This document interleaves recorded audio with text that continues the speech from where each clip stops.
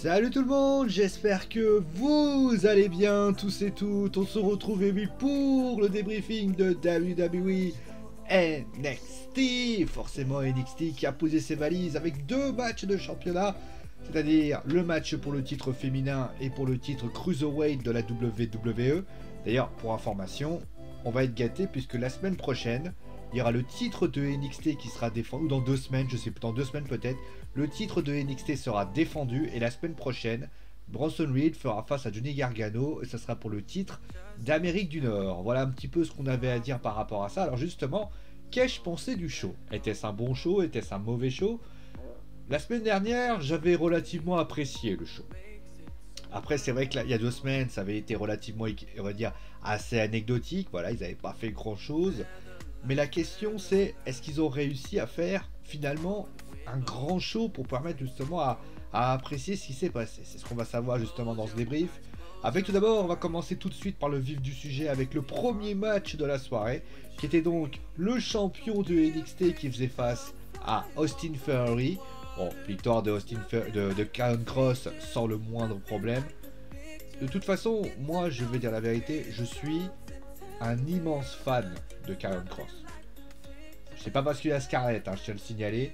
Non, c'est parce que je trouve que Karrion, il a un charisme naturel qui est incroyable, quoi. Même dans la présence, dans son... Alors, il est booké tel d'une sorte de monstre de puissance. Alors, c'est pas forcément la monstre de puissance dans la stratégie, par exemple, du lutteur à la Braun Strowman, mais tu sens que le gars, il est habité d'une puissance, mais en lui, t'as l'impression que c'est un serial killer en puissance. Et je trouve que ça dégage une sérénité. Alors oui, c'est vrai que c'était Austin Theory. Il était évident qu'il allait perdre, Austin. Mais c'est vrai que le match, moi, c'était plutôt un build-up, clairement. C'était vraiment pour mettre en avant les choses telles quelles. Franchement, il a pris quelques coups, c'est vrai. Bon, il revient sans problème. Il gagne le match sans le moindre souci, clairement. Certains diront peut-être que Austin aurait pu avoir un peu plus de répondants. Oui, mais ça n'aurait pas suffi. Regardez la semaine dernière. La semaine dernière, vous avez Austin qui est Finn Balor. Austin et Johnny Gargano qui doivent s'y prendre à 3 fois pour mettre KO Karrion Kross. Donc à un moment donné, voilà, tu peux pas, faut que ce soit crédible quand même un peu. Alors certes, il est comme qui dirait un petit peu apparu, mais voilà, le but était de rendre Karrion Kross puissant. La mission est finalement réussie. Et finalement, j'ai trouvé aussi l'intervention qui fait un peu penser aussi à ce qui s'est passé avec Finn Balor.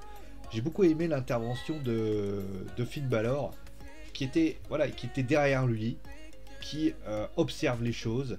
Et tu vois Karrion qui se retourne en mode qu'est-ce que tu veux, etc. Et ça, je trouvais ça très très bien. Ça fait un peu, voilà, ça tranche par rapport à ça. Et franchement, voilà, il veut son match, sur son rematch. Les choses ont été annoncées et franchement, c'était pas mal.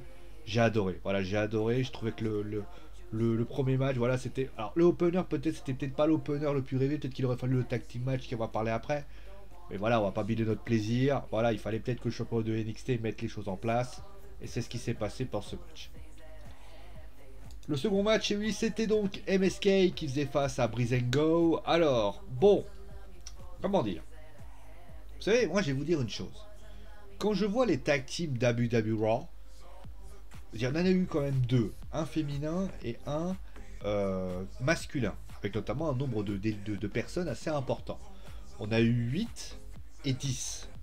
Non, 6 et 10, 6 et 8. 6 pour les filles et 8 pour les garçons. Il va falloir qu'on m'explique comment tu peux réussir à sortir une purge pareille à WWE Raw et que du côté de NXT, tu vois ce match-là entre MSK et Breeze Go et tu te dis dans ta tête, t'as rien à dire. Alors oui, c'est vrai qu'il y a de la comédie du côté de Breeze Go, mais tu vois le talent de Tyler Breeze et de Fandango, tu te dis dans ta tête, c'est impressionnant.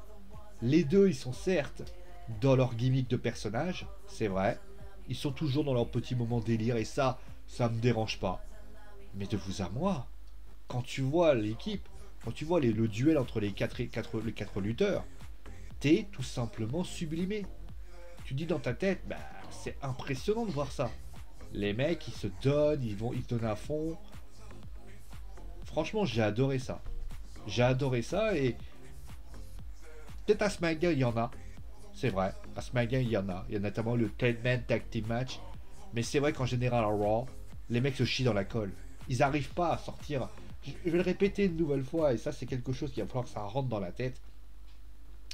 Il faut arrêter de penser que les tag teams de l'époque fonctionnent encore aujourd'hui.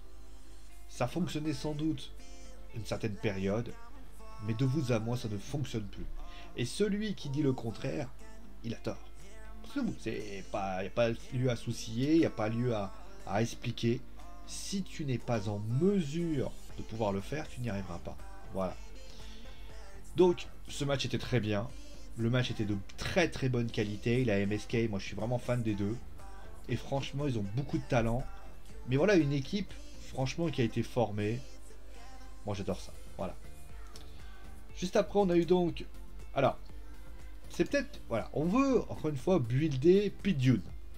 D'ailleurs, dans le segment, il n'y a rien de ouf. Voilà, il explique. Il explique, voilà, Karen Cross ne peut pas choisir Finn Balor que de choisir lui, parce que lui, franchement, il est inarrêtable. C'est léger. Après, pour Pete Dunne. Pete Dunne avec Leon Ruff. Alors, on va revenir sur ce qui s'est passé en coulisses, justement. En coulisses, nous avons William Regal qui est avec Leon Ruff. Et ce qui se passe, c'est que Leon Ruff veut un match. Et lui dit, le general manager de NXT explique que suite à l'attaque de ce qui s'est passé la semaine dernière, il ne veut pas lui donner de match. Moi, quand j'ai entendu ça, je dis, c'est bien. Leon Ruff arrive et s'en prend à Pete Dunne. Et là, il y a un match. Mais Regal, c'est quoi? C'est le mec, à un moment donné, il dit des trucs et les arbitres disent autre chose. Non, ce qui aurait dû se passer, c'est que, en fait, Leon Ruff et Pete Dunne s'affrontent une sorte de combat classique, sauf que Pete Dunne le détruit. Là, on aurait trouvé ça normal. Parce que finalement, on se serait dit, bah, Pete Dunne et Leon Ruff, ça aurait pu être sympa. Franchement, ça aurait pu être cool, ça aurait pu être bien amené, ça aurait pu être bien amené par rapport à ça. D'ailleurs, aussi, il y a une deuxième incohérence aussi, j'en parle, je viens d'y penser.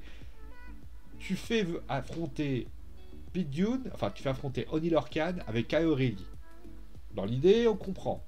Juste après, dans 2 ou 3 matchs après, pourquoi Oney Lorcan, qui a priori a une... Alors certes, il n'intervient pas physiquement, mais Pete Dunne, à un moment donné, il est avec Oney Lorcan, Kyle O'Reilly, il n'intervient pas. Pourquoi n'intervient-il pas? Là, j'ai pas d'explication. J'ai pas d'explication pourquoi Kyle O'Reilly reste dans son coin. Et je vais terminer juste par un dernier point, vous allez comprendre très vite, c'est finalement le fait de lui avoir brisé ses doigts. C'est un délire pour Pete Dunne, ok. Mais moi, le problème du délire de vouloir briser les doigts des gens, bah, j'ai envie de dire, ouais, après. Ouais, mais après voilà, ouais, après, on t'a brisé les doigts. Et après? Vous voyez où je veux en venir? Est-ce que, je sais pas si je suis assez clair. Leon Ruff aujourd'hui est intervenu, alors contre médicalement parlant. William Regal n'est même pas là pour essayer faire un match. Le match a lieu, on comprend pas trop pourquoi. Et je vais dire la vérité, l'Open Challenge aurait jamais dû. Leon Ruff aurait dû dire, William Regal aurait dû dire, Léon, tu rentres en coulisses. Il est capable de dire, voilà, c'est comme ça que moi je vois les choses. Et à la limite, il aurait dû avoir aussi un segment backstage avec Leon Ruff qui souffre et William Regal qui le regarde comme ça et qui lui dit, bon, on va arrêter les frais maintenant. Tu veux pas écouter? Tu veux pas écouter, t'es suspendu. Là, il y aurait eu un vrai quelque chose. Tu vois, c'est au début, je veux pas sévir parce que voilà, parce que je comprends un peu le délire de William Regal, c'est un peu le mentor, l'entraîneur en fait qui veut pas titulariser son joueur parce que le joueur est affaibli. Le joueur fait tout pour pouvoir y aller, il brade tout et au final il lui dit bah tu sais quoi, bah tu dégages, tu dégages l'entraînement. Voilà, finalement il n'a pas le choix. Après, Leon Ruff fait pas un mauvais match, mais il faut quand même l'avouer que voilà. Juste après, on a eu donc le titre de féminin et de NXT avec Raquel Gonzalez qui faisait face à Mercedes Martinez. Bon match, honnêtement. C'était un duel assez stiff, faut quand même l'avouer. Même si, voilà, il y avait des coups bien portés, il y avait des choses bien amenées. Et franchement, moi j'ai adoré ce match, honnêtement. Les deux lutteuses sont pas les lutteuses les plus spectaculaires qui soient, mais il faut quand même l'avouer, elles font le taf, et c'est tout ce qu'on demande. Voilà. D'ailleurs, je tenais juste à faire un petit aparté justement par rapport à ça, puisque ceux qui ont suivi justement l'après-match, donc ce qui s'est passé après le show, Raquel Gonzalez, donc, alors Mercedes Martinez, était en train de se faire soigner, donc après, donc, du bobo, voilà, etc. Et il se passe que Raquel Gonzalez arrive, donc on se dit que Raquel va frapper Mercedes Martinez, et au lieu de ça, elle la regarde, sous les yeux d'ailleurs de Dakota Kai, et elle dit le mot respect. Mais de dire, franchement, voilà, respect, t'as fait. Alors, ça confirme bien tout simplement ce qu'on dit, c'est que Raquel pour le moment n'est pas face, n'est pas heel, elle est plus tweeners. Donc je pense qu'elle va tanguer vers le face, parce qu'on dit pas respect pour rien. Mais ça, à la limite, ça c'est autre chose. Moi, ce qui m'a surtout étonné, c'est l'attitude de Dakota Kai. Si vous regardez bien l'attitude de Dakota Kai, au moment où elle dit respect, Dakota, elle regarde sa copine, et elle se dit, mais qu'est-ce qu'elle dit là? Pourquoi tu dis ça? Et ça peut entraîner justement ce que je veux dans un court ou moyen terme, c'est au final l'affrontement entre Raquel Gonzalez et Dakota Kai. Parce que Dakota Kai aujourd'hui ne peut pas être considérée comme une bonne copine de la championne. Son statut doit évoluer, sachant que Yoshirai ne sera pas là pendant un certain temps, et que je pense que d'ailleurs le fait que Mercedes Martinez aujourd'hui a été mise de côté, ça laisse le champ libre pour Dakota Kai. Aujourd'hui, quand je fais le tri des lutteuses, alors il y aurait peut-être Ember et Chotzi, peut-être la situation. Candice aujourd'hui est avec Indy Hartwell pour les titres féminins par équipe, donc elle peut pas s'occuper des deux. Ember et Chotzi vont finir par pas forcément se séparer, mais ils vont finir par aller faire autre chose. Donc voilà, et je parle même pas de l'équipe Alia et je sais plus comment elle s'appelle. Franchement, c'est pas possible. Et Zoe Stark et Tony Storm sont occupés. Alors peut-être dans un avenir proche, peut-être qu'on va faire revenir Tony Storm. On fera peut-être venir aussi Sarray, même ça m'étonnerait quand même parce que ce serait la tuer sur place. Mais moi, de mon point de vue, là, avec ce qu'ils ont été démontrés, Dakota Kai sera la prochaine challengeuse de Raquel Gonzalez. Bien, à In Your House, je vois bien les deux s'affronter. Et ça serait pas mal, justement. Moi, je serais pas contre l'idée, en tout cas. C'est mon point de vue là-dessus. Donc après, on a eu donc... Ah oui, on va parler un petit peu de ça aussi. Donc, le nouveau gang qui s'appelle Hit Row, qui est donc le nouveau gang de Isaiah Swerve Scott. Alors, vous voyez par exemple, ça, vous voyez, il y a un truc que je voulais dire. Donc, Leon Ruff attaque Pete Dunne. Pourquoi pas? Sauf que elle attaque Pete Dunne, alors que Isaiah Swerve Scott est ceux qui l'ont attaqué. Moi, j'aurais préféré que Leon Ruff tente un coup désespéré en s'en prenant au clan de Isaiah Swerve Scott. Ça aurait été logique, ça aurait pu être la continuité de ça. Alors certes, il se serait fait tabasser. Mais voilà, clairement, voilà. Alors, qu'est-ce que j'en pense de ce clan? Franchement, ils me font penser à GTA San Andreas avec, vous savez, les... c'est pas les Ballas, c'est les... Ah, j'ai oublié leur nom. Vous savez, c'est avec Carl Johnson. Vous vous rappellerez... Vous ferez en sorte de me souvenir. Grove Street, voilà. Ils font beaucoup penser à ça. Mais en plus, Ballas, en fait. Voilà, ils sont un peu dans les mêmes délires que ça. Bon, après, t'aimes ou t'aimes pas. Moi, je vais garder quand même mon avis là-dessus. Pour ça, parce que clairement, on peut pas donner mon avis. Mais je pense que ce clan a un but de côté. Voilà, on est un gang de la street. Je sais pas si ça va marcher. Honnêtement, un peu gangsta. Alors, il y avait un clan qui faisait ça. C'était les Crime Time. C'était il y a très longtemps avec le regretté Chad Gaspard et sur GTJ. Sauf que, on a bien pu le voir, ça s'est resté au simple titre de tag team. J'ai pas eu le sentiment que les Crime Time ont réussi à évoluer plus que ça. Chad a pas, même si malheureusement ce qui lui est arrivé est tragique, mais il faut dire la vérité, Chad il a toujours eu il a pas réussi, il a été renvoyé de la WWE. Et GTJ, après GTJ ça a été compliqué aussi, mais moi de mon point de vue, ces quatre là, je suis perplexe. Je suis perplexe parce que l'histoire me fait dire que le côté, voilà, gangsta, etc., ça marche pas, ça marche pas, ça marche pas. Après, on demande qu'à faire évoluer les choses, hein, mais je suis pas convaincu qu'un clan comme ça marchera. Moi, je demande juste à être convaincu. Et après, on va donc terminer avec le main event. Et le main event qui a donc fait... Alors, je vais parler rapidement, je l'ai pas dit. De Kaori qui a donc fait face à Oni Lorcan. J'ai envie de dire, c'est finalement l'intervention de Bobby Fish. Qui donc montre finalement son retour à la WWE. C'est bien après qu'il soit intervenu pour finalement dire qu'il ne veut pas être avec lui. Moi je trouve ça un peu naze. Après j'ai comme la nette impression qu'il a tendance à il a envie de s'amuser. Est-ce que ça va refaire le retour de Kaori et de Bobby Fish? Je rappelle quand même est une tag team, hein, clairement. Ça peut être une idée. Moi j'attends de voir. On passe maintenant bien sûr au dernier match et au main event. Donc, vous l'avez vu, Kushida contre Santo Escobar, avec donc le best two of FIFA match, en clair au milieu des trois tombés, soumission, etc. Franchement, qu'est-ce que je peux dire? Le match est bien.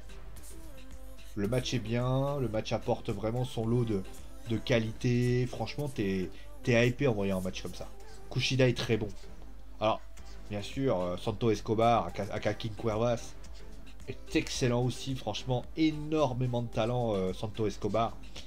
Et je trouve qu'il met en avant Kushida comme il faut. Duel très technique, avec notamment pas mal de prises de soumission. D'ailleurs, je crois qu'il n'y a eu que des prises de soumission. Il y a eu un tombé, mais sinon, il y a eu beaucoup de prises de soumission. Notamment les deux premiers points, c'est les prises de soumission. Et franchement, moi, j'ai adoré. J'ai adoré l'état d'esprit, j'ai adoré la mentalité, j'ai adoré justement comment les choses sont mises en place. Et ça, j'ai trouvé ça bien. Maintenant, ah oui, justement, je voulais en parler, j'ai pas eu le temps d'en parler. Euh, Alors, ce que je vais dire pour ce match-là, je vais le dire la même chose pour le match titre féminin. Moi, les mecs de la WWE, si vous avez un degré de cerveau et un degré d'intelligence, comment vous pouvez mettre de la pub alors que vous avez vos deux plus gros matchs qui apparaissent? Dans tous les autres matchs, le premier, le deuxième, le quatrième, le troisième, et donc le match entre Kaori et le Lorcan, et donc vous avez tout ça. Vous avez... Alors, le segment d'Isaiah, je veux bien comprendre. Hein. À aucun moment, il y a une pub. Et au moment où vous avez les deux gros matchs qui apparaissent, donc les deux titres sur quoi vous avez buildé votre show, bah vous mettez... vous décidez. Pourquoi pas, je sais pas.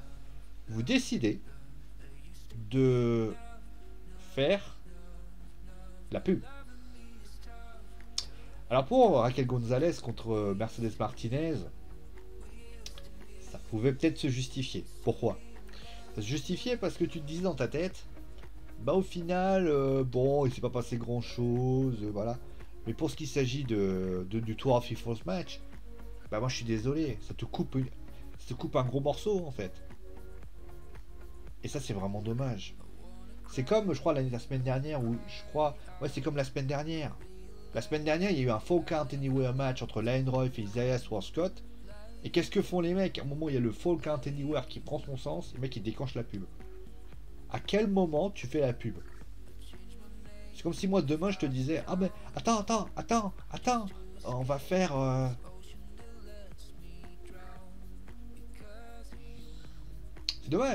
c'est dommage parce que moi je pense que il y avait matière à travailler, il y avait matière à faire des belles choses.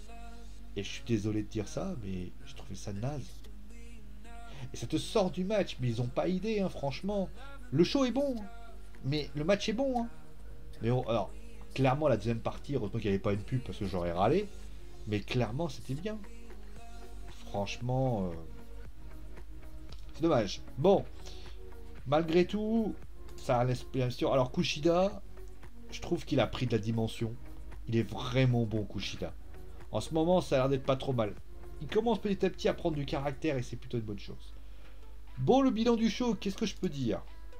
Bah, le bilan du show, c'est que dans la globalité, c'était un bon show. Dans la globalité, on peut pas dire que le show est mauvais. Celui qui me dit, oh non, le show est mauvais, il a pas compris. Non, le show se regarde. Il y a des petits profils de matchs assez intéressants. On a des bons matchs, des très bons matchs quand même. MSK contre Breezango. Les 2 matchs pour le titre sont plutôt bons, clairement. On veut builder des rivalités avec Aurélie, Pete Dune, etc. Maintenant, bon, on peut peut-être se poser la question du... Il n'y a pas un match qui vole le show, quoi. Tu te dis pas dans ta tête, tiens, ce match-là, je vais te le regarder. Mais bon, hein, vous savez, on a un show rouge qui, pour ainsi dire, fait n'importe quoi. Donc finalement, on va pas bouder notre plaisir. C'était un bon show NXT. Si vous avez envie de le regarder, regardez-le. En tout cas, moi, je vous le conseille. En tout cas, merci à vous de faire cette émission. Portez-vous bien. Et c'est mon dernier mot, parce que j'ai dit. Allez, vive le catch.